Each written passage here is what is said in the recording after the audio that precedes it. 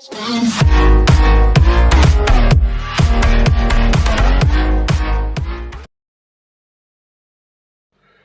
malam.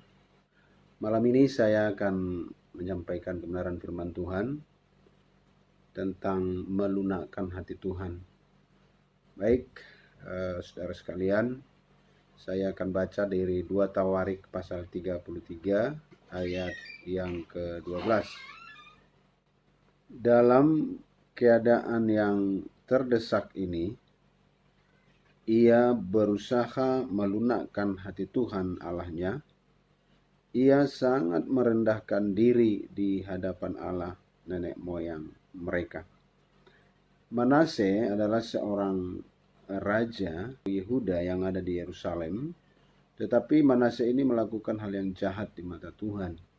Dan karena kejahatan itu Tuhan mendatangkan musuh-musuhnya, yaitu bangsa-bangsa yang kuat menyerang. Bahkan Raja Asyur di ayat yang ke-11 dikatakan, oleh karena sebab itu Tuhan mendatangkan kepada mereka panglima-panglima tentara Asyur yang menangkap Manase dengan kaitan, membelenggunya dengan rantai tembaga dan membawanya ke Babel. Nah, di sini kita lihat bahwa oleh karena dosa dan pelanggaran yang dikerjakan oleh Manase telah membuat Tuhan murka kepada dia dan menyuruh bangsa Asyur, tentara Asyur, menghukum Manase. Ya, Manase itu dikejar, ditangkap dengan kaitan, dibelenggu dan dihukum. Nah, saat ini Manase terdesak. Dikatakan di dalam ayat yang ke-12, dalam keadaan yang terdesak ini, ia berusaha melunakkan hati Tuhan. Raja yang jahat ini, ya, Raja Manase ini berusaha melunakkan hati Tuhan pada waktu dia sedang terdesak. Yang saya mau ambil malam ini adalah apapun keadaan kita sekarang, yang jelas memang serba terdesak. Semua terdesak. Ya. Keadaan ini kalau masih berkepanjangan akan menjadi lebih sulit lagi. Seperti yang saya buatkan di WA, kalau pembatasan keluar rumah ini berlanjut, maka ekonomi akan melemah. Karena ekonomi melemah, orang mulai tak makan. Terjadilah gangguan sosial. Kalau gangguan sosial ini berkepanjangan, maka terjadilah kejahatan-kejahatan sosial.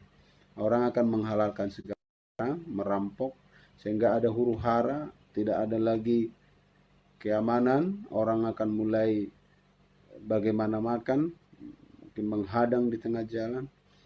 Dan saya sangat berharap jangan sampai hal itu terjadi. Keadaan ini telah memaksa kita terdesak. Tidak ada yang kuat, Bapak Ibu. Tidak ada yang kuat. Kita lihat tadi penguburan seorang pendeta di Jakarta. Saya melihat tangisan daripada seorang jemaat yang rindu melihat pendetanya dikubur. Tetapi pendeta itu tidak bisa dilihat, tidak bisa didekatin. Ya, mulai dari ruang isolasi sudah di peti mayatnya dilem, untuk tidak bisa dibuka, dibungkus.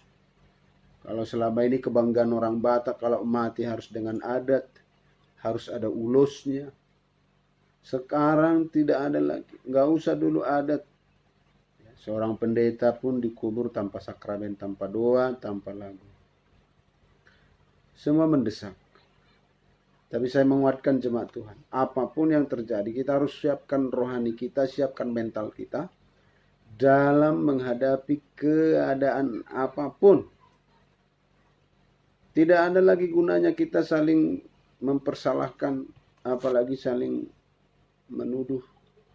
Sekarang ini bagaimana kita saling menguatkan?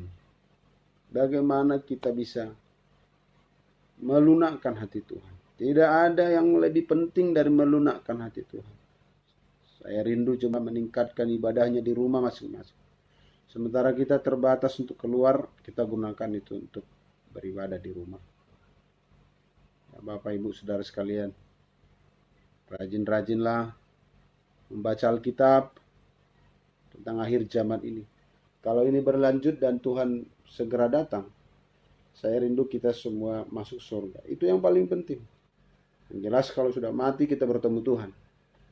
Kita persiapkan hidup kita untuk itu. Jaga kesehatan bagus.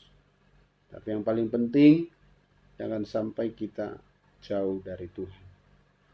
Hari inilah hari melunakkan hati Tuhan.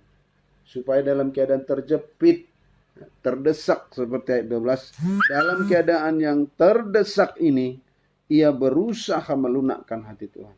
Apa usaha Bapak Ibu melunakkan hati Tuhan? Apa usaha para pendeta melunakkan hati Tuhan? Apa usaha yang dibuat oleh Bapak Ibu di rumah untuk melunakkan hati Tuhan? Kita harus yakin ada pembelaan Tuhan bagi kita. Pembelaan itulah yang kita nantikan. Saya rindu Tuhan bela keluarga pastori, keluarga jemaat semua, para gembala-gembala sel, para pelayan Tuhan dan jemaat dalam pembelaan Tuhan. Baik dari desakan ekonomi, desakan kesehatan, dan yang lain. Percaya Tuhan sanggup. Mari menangis, menjerit, meratap. Tengah malam kapan saja boleh. Meminta Tuhan menolong kita, melunakkan hati Tuhan. Sampai kita mendapat pembelaan Tuhan. Kiranya kita tetap berdiri teguh di dalam Tuhan. Sampai semua berlalu. Kita saksikan semua badai ini berlalu. Tuhan memberkati kita semua. Sehat selalu, selamat malam, selamat bermimpi indah bersama dengan Tuhan. Haleluya.